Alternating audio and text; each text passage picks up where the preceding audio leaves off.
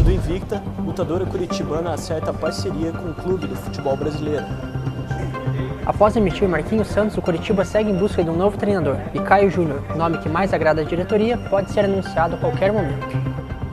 Começou hoje a audiência de instrução do caso da doutora Virgínia Soares de Souza, suspeita de antecipar mortes na UTI do Hospital Evangélico em Curitiba. O advogado de defesa selecionou mais de 60 testemunhas. Familiares e amigos da garota Tainá Adriane da Silva e dos policiais presos, acusados de torturarem os 4 primeiros suspeitos de matar a garota, fizeram uma manifestação na Boca Maldita pedindo mais agilidade na solução dos casos. No Caçadores de Notícias, um hobby que virou negócio. Você vai conhecer a história de um funcionário público que fabrica equipamentos antigos, como geladeiras, máquinas de fliperama e jukeboxes. Urbs e permissionários da rodoviária não se acertam em reunião no Ministério Público. Licitação dos novos espaços segue sem definição. Nas páginas da Tribuna.